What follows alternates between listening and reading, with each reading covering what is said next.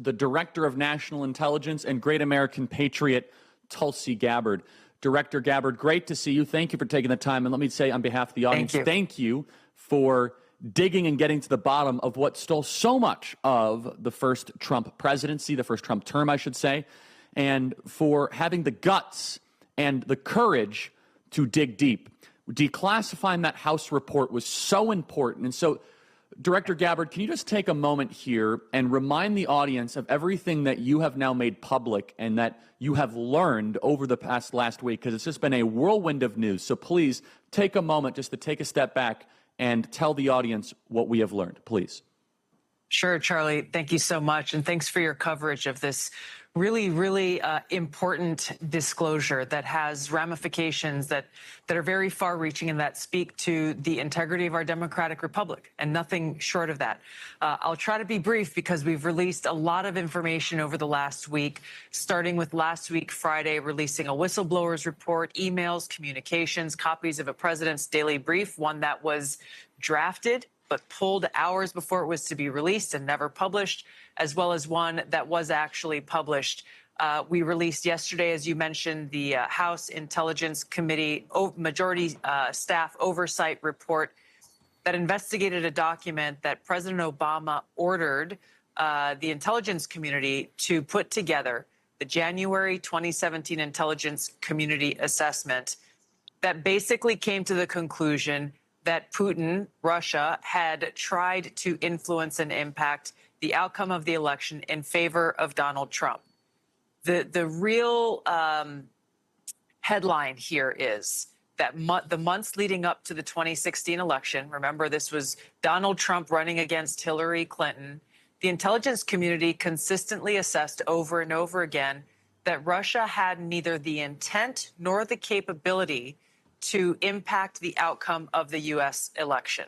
And that's a really important point here, because in early December, after Donald Trump was elected, after he defeated Hillary Clinton in that historic election, President Obama called together a meeting of his National Security Council leadership. This was people like CIA Director John Brennan, then Obama's Director of National Intelligence, James Clapper, Susan Rice, Andy McCabe, and many others on his senior cabinet national security team. What came out from that meeting was ultimately, and this is all documented, direction from President Obama to his team to create an intelligence community assessment that detailed how Moscow meddled in the U.S. election in favor of Donald Trump. The key point here is not if Moscow meddled, it was how. And this is where a lot of the mainstream media right now who are reporting and repeating the Russia hoax lie over and over again for years are refusing to address this key point. Is the document that the intelligence community created that was published in January of 2017 contradicted the other assessments that the intelligence community provided in the months leading up to the election, including the days leading after the election, by stating very clearly and with high confidence, which is a big deal coming from the intelligence community, that Putin intervened in the 2016 election to help Donald Trump get elected. What we released yesterday in the House Intelligence Oversight Staff Majority Report was a very detailed investigation into that January 2017 assessment that, again, CIA Director John Brennan, DNI James Clapper at the time assessed with high confidence the conclusions that were driven in that report. What was revealed yesterday was that they created this knowing that it was false. They used intelligence and sources that were substandard, did not meet basic intelligence community tradecraft analytics standards, and used things that they knew were discredited, like the Steele dossier. They knew it was discredited. They knew it was a politically manufactured document. James Clapper and John Brennan decided to use it anyway. So here's the bottom line up front. President Obama ordered a manufactured intelligence assessment in order to ultimately enact what would be a years-long coup against Donald Trump, using this document that, again, did not reflect the intelligence community's overall assessments leading up to the election. And it was used as a foundation to be able to undermine the legitimacy of President Trump's election and everything that came after. Thank you for that summary. And so I want to now just emphasize one point of this. So the entire Russia narrative was on faulty, shoddy intelligence. Is that also included in what some of the skeptics or some of the critics would say? Because they say, well, Bob Mueller found in 2019 all these different reports of Russia trying to influence the election. But we're not contesting, though, at least from my understanding, that Russia was trying to sow discord or chaos. I think that's well received and well accepted.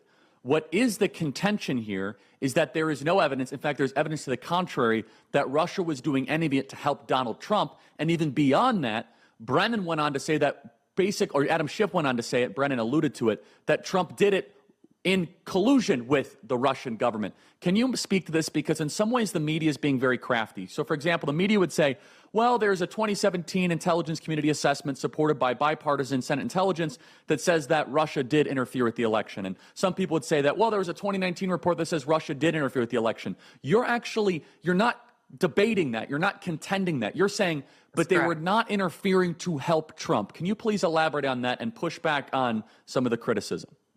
Yeah, Charlie, thanks. That is the important point here. And I think it should also be of note that this is where the critics of what we revealed are going to. This is where President Obama's team and Senator Warner and other members of Congress are going to that exact point. They're saying, hey, look, nothing to see here.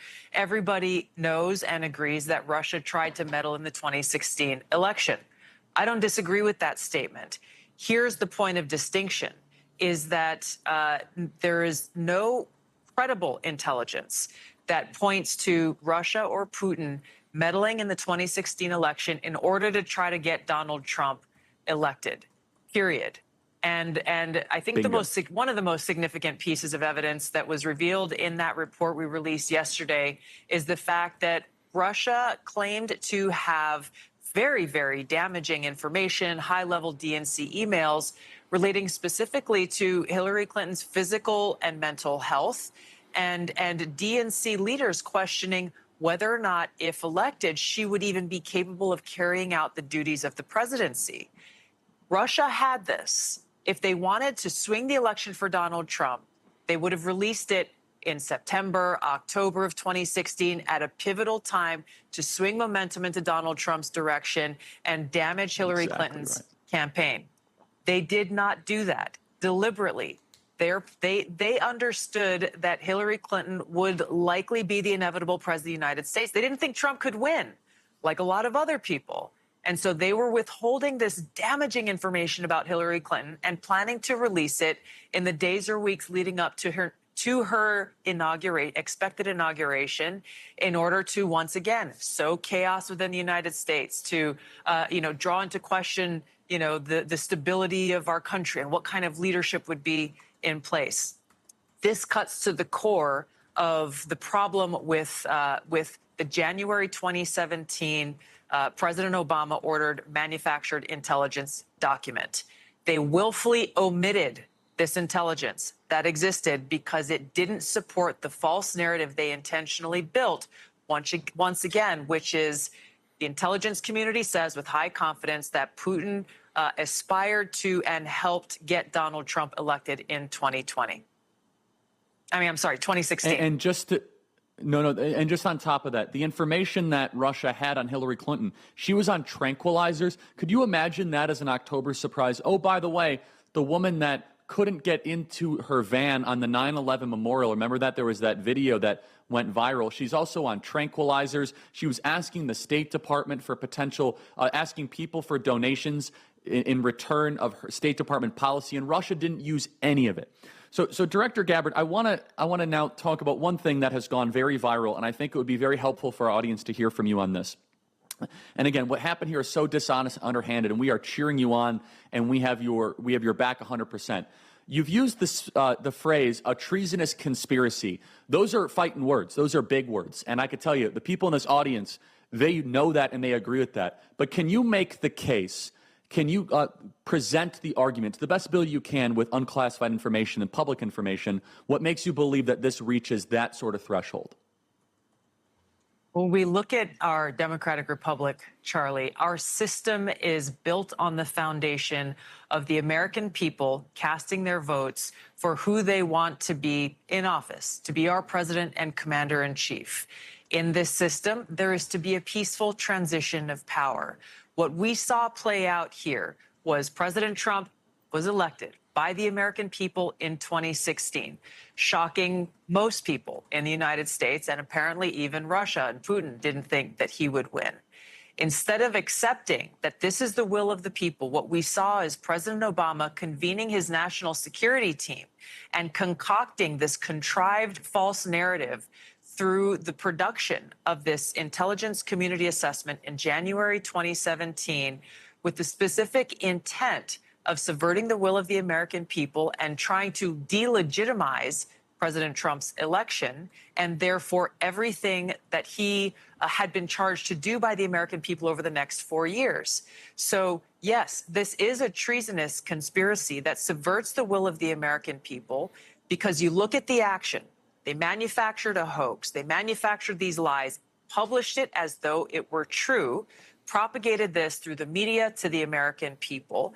And then what happened next? The Mueller investigation, years-long Mueller investigation was launched. You had 2 impeachments coming from Congress. You had a raid on President Trump's home in Mar-a-Lago by the FBI. You had smears and attacks and investigations not only against President Trump, but against his family, his senior officials within his administration.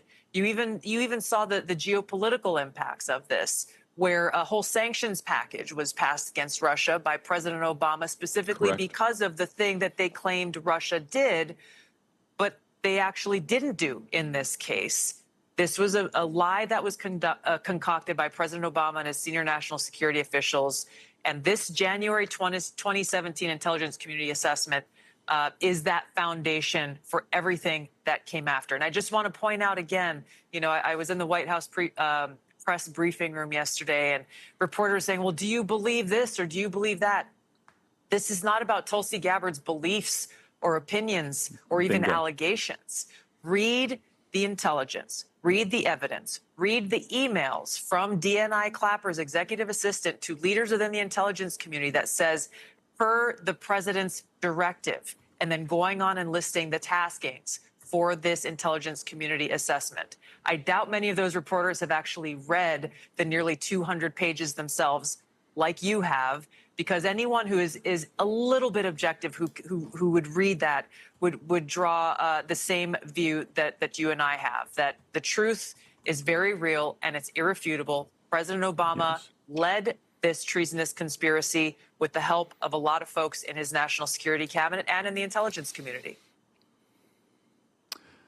Director Gabbard, we have to let you go. I just want to say we're cheering you on in the audience because we remember how nasty, how divisive, how unnecessary all that Russia stuff was. And now our involvement in a Connecticut war against Russia could be probably traced back to Russiagate. Keep fighting. Stay brave. Director Gabbard, thank you so much for your time. Thanks for all you do, Charlie. Thanks, everybody.